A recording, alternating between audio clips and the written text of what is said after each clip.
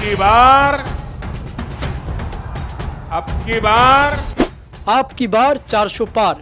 বিজেপির ছোট বড় নেতা থেকে শুরু করে নরেন্দ্র মোদী, অমিত শাহ প্রত্যেকে বলছে আপকি বার 400 পার। এমনকি বাংলায় যেসব জনসভা হচ্ছে, পোস্টার, দেওয়াল লিখন সব জায়গায় বড় বড় করে লেখা হচ্ছে আপকি বার 400 পার।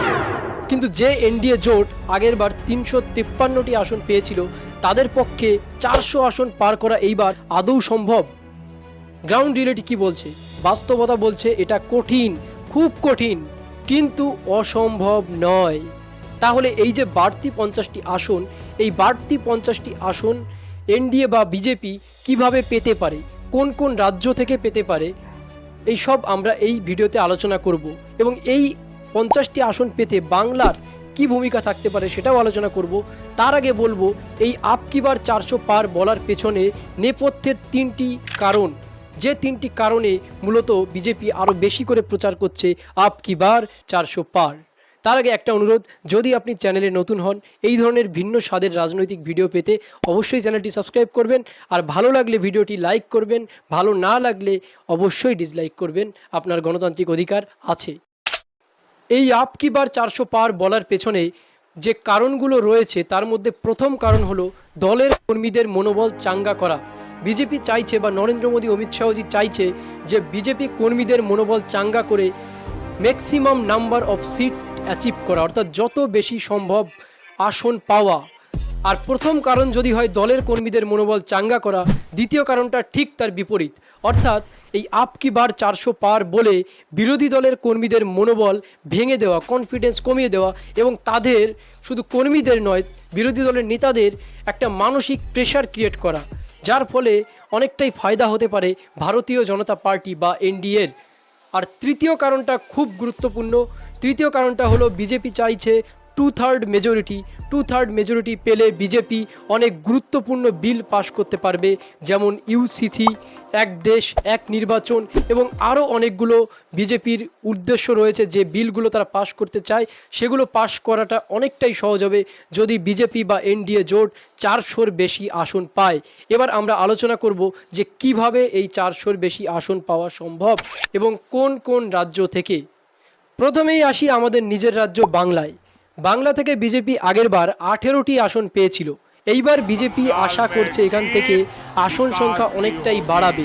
আর যদি 400 পারের স্বপ্ন এনডিএকে পূরণ করতে হয়, সেক্ষেত্রে বাংলা থেকে ডেফিনেটলি বিজেপিকে আসন সংখ্যা বাড়াতে হবে।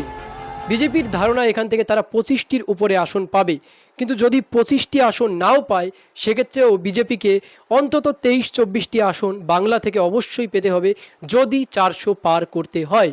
এবার আসি উত্তরপ্রদেশ। উত্তরপ্রদেশ বিজেপি আগেরবার খুবই ভালো ফল করেছিল, একদম ক্লিন সুইপ যাকে বলে। 80টির মধ্যে 64টি সিট এনডিএ জোট পেয়েছিল, যার মধ্যে বিজেপি একাই 62টি সিট পেয়েছিল। অন্যদিকে এসপি পেয়েছিল 5টি এবং বিএসপি 10টি সিট পেয়েছিল। কিন্তু সেবার এসপি ও বিএসপি একসঙ্গে লড়েছিল, এবার কিন্তু তারা আলাদা লড়ছে। এক্ষেত্রে বিজেপির ফায়দা হতে পারে। এছাড়াও বিজেপির হাতে রয়েছে রাম মন্দির ইস্যু, মোদি, যোগী ও হিন্দুত্ব ফ্যাক্টর। তাই বিজেপি আশা করছে 400 পার করতে গেলে উত্তরপ্রদেশ তাদেরকে অনেকটাই গতি দেবে।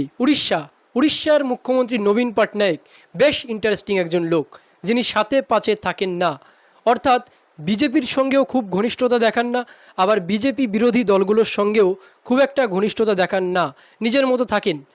উড়িষ্যায় বিজেপি আগেরবার পেয়েছিল 8টি আসন, এবার তারা আশা করছে সেখানে 3টি আসন বেশি পেতে পারে। তো এই 3টি আসন বেশি পেলে সেটাও কিন্তু এই 50টি আসনের ঘাটতি পূরণে অনেকটাই সহায়তা করবে। আসামে আগেরবার বিজেপি পেয়েছিল 9টি আসন, কংগ্রেসের ঝুলিতে ছিল 3টি আসন। এবার বিজেপি আশা করছে আসাম থেকে 3টি আসন বেশি পাবে। এক্ষেত্রেও এই 3টি আসন 50টি আসনের ঘাটতি পূরণে অনেকটাই সহায়ক হবে।